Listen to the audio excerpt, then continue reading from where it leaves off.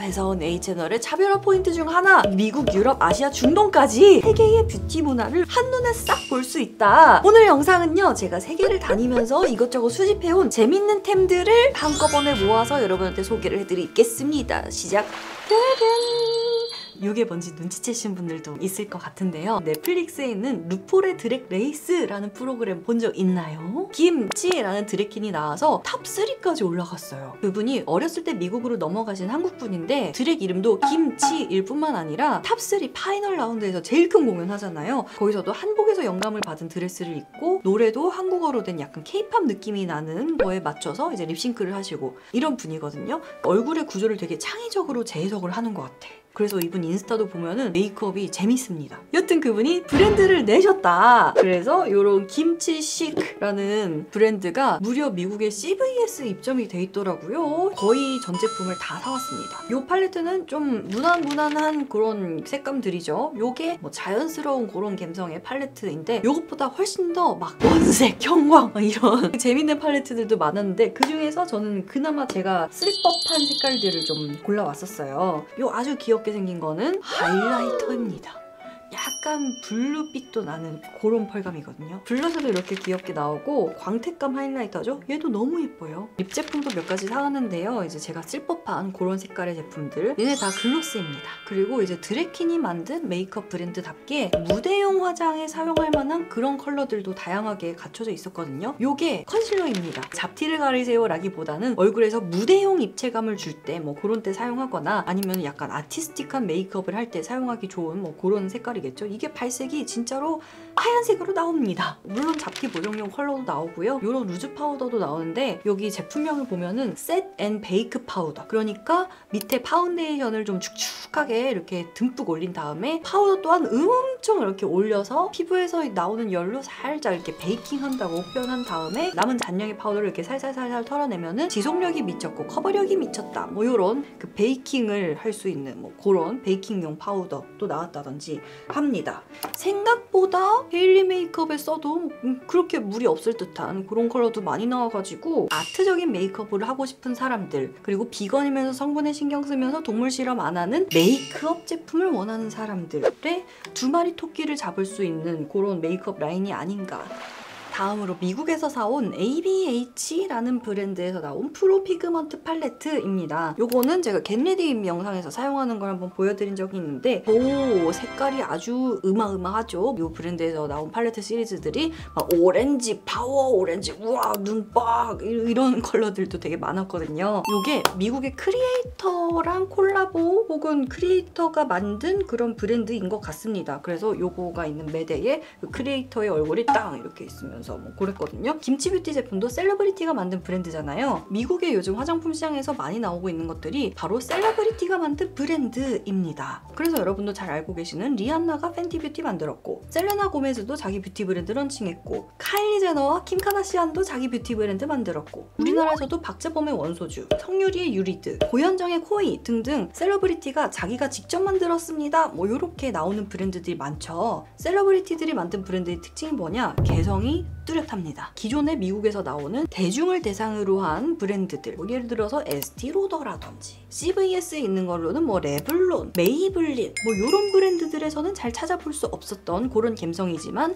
크리에이터가 자기의 개성을 제품에 반영해서 만든 브랜드이기 때문에 이런 네온 컬러 빵빵빵, 무대 메이크업을 위한 베이킹용 파우더 뭐 이런 제품들도 나올 수 있는 거겠죠. 그래서 이런 식으로 크리에이터의 개성을 그대로 담아낸 셀러브리티 브랜드, 크리에이터 브랜드가 우리나라에서도 물론 지금도 뭐 로맨이라든지 에그멀 등등등 잘 되는 데 너무 많지만 앞으로도 더 이런 시장이 커질 것 같다라는 궁예를 좀 해봤습니다. 이건 내가 자부할 수 있지. 유튜브 뷰티 크리에이터 채널 중에서 드라이기 리뷰를 가장 많이 한 채널은 어디?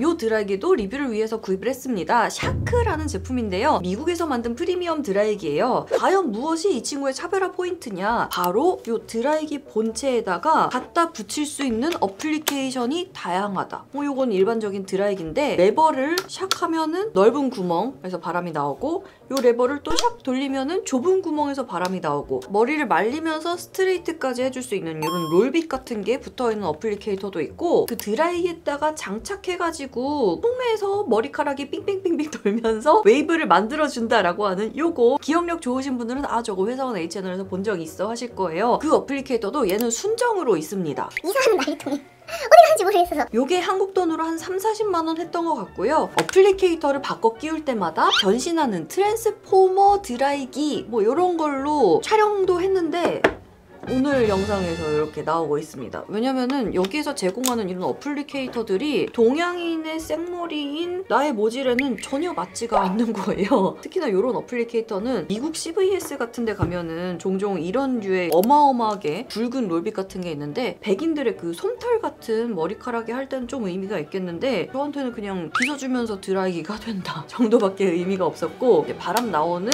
넓이를 조정할 수 있다라는 것도 그렇게 뭔가 체감이 되진 않았습니다. 요즘 세상에서 프리미엄 드라이기의 대세가 다이슨 쪽이 이제 되어가고 있잖아요. 그래서 다이슨처럼 과열 방지 있냐, 바람의 질 자체도 머리카락을 그걸로 말렸을 때는 모질이 달라진다, 머리카락 결이 달라지는 게 느껴진다 라는 게 얘한테는 전혀 없었어요. 이거를 과연 리뷰를 해도 의미가 있을까? 그래가지고 이거는 아직 올리지 않고 있습니다.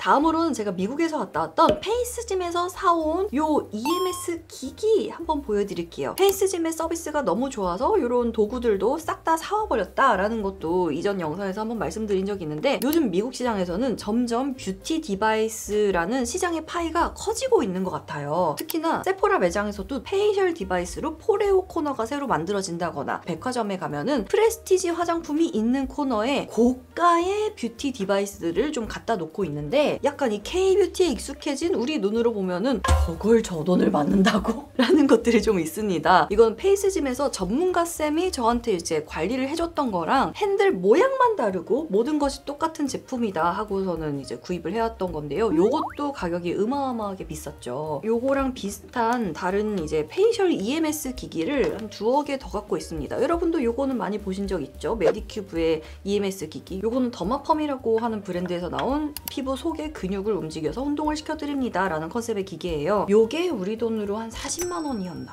뭐 그랬던 것 같고, 메디큐브 제품은 세일에 할인에 뭐 기타 등등 붙여서 한 20만 원대에 구매할 수 있지 않나 싶은데요. 페이셜 EMS 기기를 쓸 때 뭔가 찌릿찌릿한 느낌?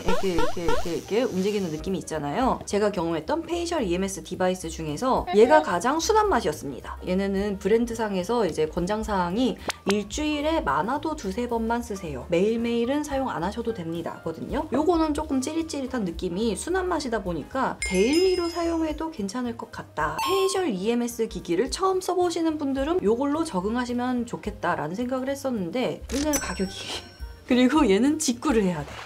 다음으로 미국에서 네일 연장 시술을 받으면 국룰로 붙여주는 네일 팁, 아프레스 젤 X 팁입니다. 도대체 이 아프레스 젤 X를 왜 그렇게 미국 샵에서 많이 쓸까 궁금해가지고 제가 한번 직접 사와봤어요. 요게 500개 들어있는 게 한 세트거든요. 우리나라 네일샵에서 젤위드 팁 연장할 때 가장 많이 대중적으로 사용하는 팁이 카누 팁인데요. 그 카누 팁과 비교해서 봤을 때 젤 X 팁이 어떤 차이점이 있냐? 첫 번째로 크기가 큽니다. 아프레스 젤 X 팁 중에 중에서 가장 작은 사이즈가 요 9번 팁인데요. 요거랑 카누팁의 가장 작은 사이즈를 비교해보면은 카누팁이 훨씬 더 작죠. 그리고 제가 젤엑스를 시술 받을 당시에 해당 영상에도 그렇게 언급을 했었는데, 손톱 끝선 부분과 큐티클 층 부분에 두께 차이가 저는 없는 거라고 생각을 했었는데 그런 게 아니었습니다. 얘도 카누팁처럼 큐티클 쪽 두께가 손톱 끝선 프리엣지 두께보다 훨씬 얇게 빠져 있습니다. 다만 여기 얇은 쪽이랑 카누팁 얇은 쪽을 비교해보면은 카누팁이 훨씬 더 얇습니다.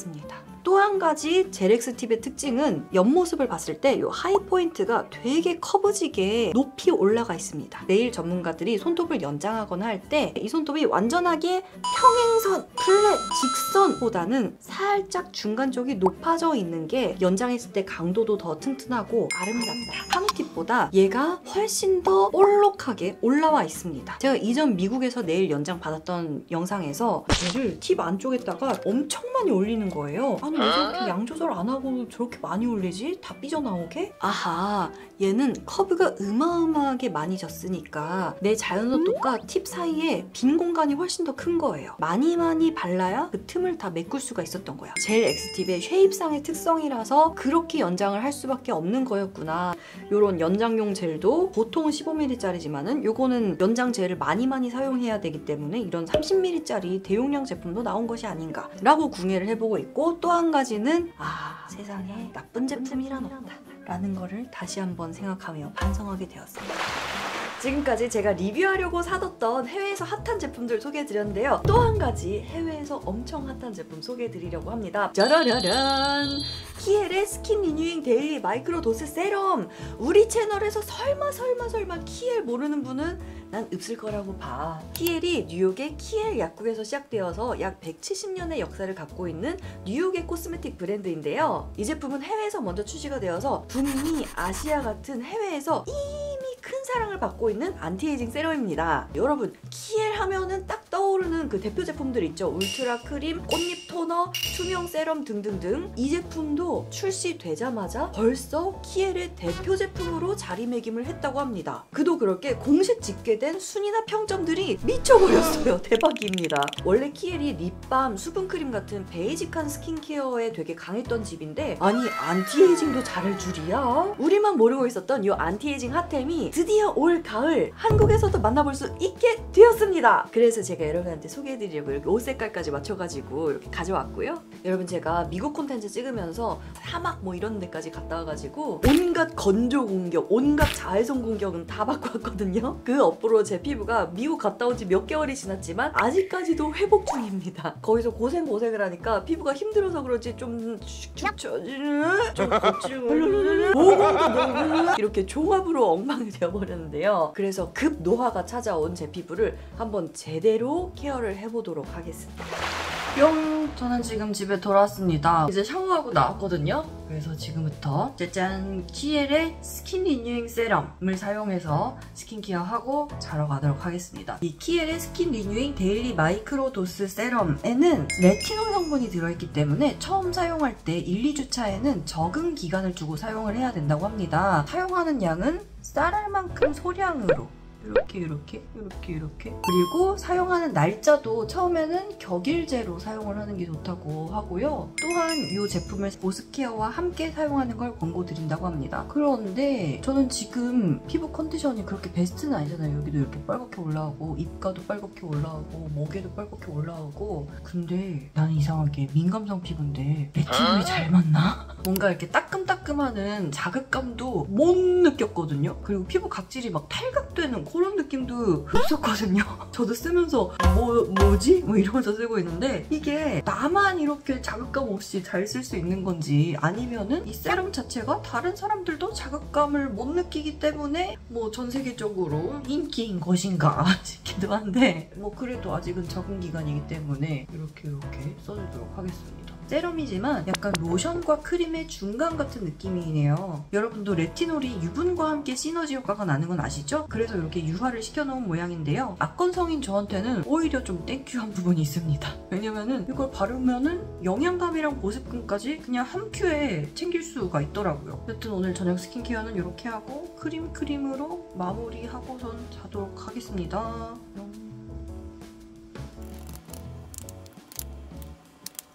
빠이! 제가 이렇게 2주 동안 꾸준히 키엘의 스킨 리뉴잉 마이크로 도즈 세럼을 사용해 봤는데요. 이 키엘 신제품 세럼이 주름, 탄력, 피부 치밀도, 모공 면적, 피부결 총 5가지 피부 노화 징후를 개선해주는 안티에이징 세럼이라고 합니다. 어느 하나 놓치지 않고 얼굴을 전체적으로 케어해준다는 느낌이 들더라고요. 이렇게 얼굴 전체적으로 관리해줘서 그런지 실제로 제품을 4주 동안 사용한 소비자들의 피부 나이를 측정했을 때 실제 나이보다 피부 나이 지수가 2살 어려진 결과를 보였다고? 저는 얼굴 말고도 저의 가장 큰 피부 고민은 목 부위니까 목까지 좀 넓게 사용해봤는데요. 레티놀의 기능 중 하나가 피부의 턴오버 주기를 촉진시켜준다는 거잖아요. 그래서 그런지 전체적으로 피부를 만져봤을 때 제 피부에서 가장 거칠거칠했던 부분들, 뭐 여기 이런 데가 좀 말캉말캉 몰랑몰랑 보들보들해진 것 같은 그런 느낌이 있습니다. 그래서 만지면 안 되는데 이게 말캉말캉 보들보들해지니까 계속 만지고 싶은 거야. 안 돼. 손 씻고 만져야 돼. 그리고 2주 동안 꾸준히 사용해봤을 때 뭔가 드라마틱, 새로 태어난 뭐 이런 것까지는 아니지만은 제 얼굴 피부, 목 피부가 뭔가 전체적으로 좀 탄탄해진 듯한 그런 느낌이 있었습니다. 그리고 무엇보다 좋았던 점은 아무래도 지금 환절기가 되어가고 있잖아요. 이제 찬바람도 불고 얼굴도 더 건조해지고 할 텐데 악건성인 저는 뭐 진정 세럼, 수분 세럼 써. 하지만 걔네랑 병행해서 영양 크림, 영양 세럼 뭐 이런 확실한 보습감이 느껴지는 애들을 항상 같이 써야 됐었어요. 그래서 스킨케어 단계가 날이 추워질수록 늘어갈 수밖에 없는데 이 세럼 하나로 안티에이징 가져가면서 영양감, 보습감까지 같이 챙겨주더라고요. 특히나 저는 나이트 케어에서 크림을 바른다? 저는 바르지 않습니다. 스파츌러로 얹어놓지. 그래야 아침까지 버틸 수가 있는데 세럼에서 영양감을 확 줘버리니까 크림을 바를 때 바르는 정도로도 괜찮았다. 이 점은 저한테 되게 큰 감동이었습니다. 직접 제가 꾸준히 사용해보니까 이 제품이 왜 그렇게 해외에서도 인기가 많았는지 알 것 같아요. 자, 여기까지 제가 갖고 있었던 해외 핫템들과 함께 짜라란! 또 다른 핫템 요 키엘 세럼 소개해드렸는데요. 이제 여름도 지나갔고 가을, 겨울이 오고 있잖아요. 피부 노화에 치명적인 이런 건조한 날씨 속에서 키엘 세럼과 함께 피부 나이를 좀 북잡아 보자고요. 더보기란에 이 제품 만나볼 수 있는 링크 달아놨으니까요. 궁금하신 분들은 더보기란으로 고고싱 하시면 되겠습니다. 여러분, 바이!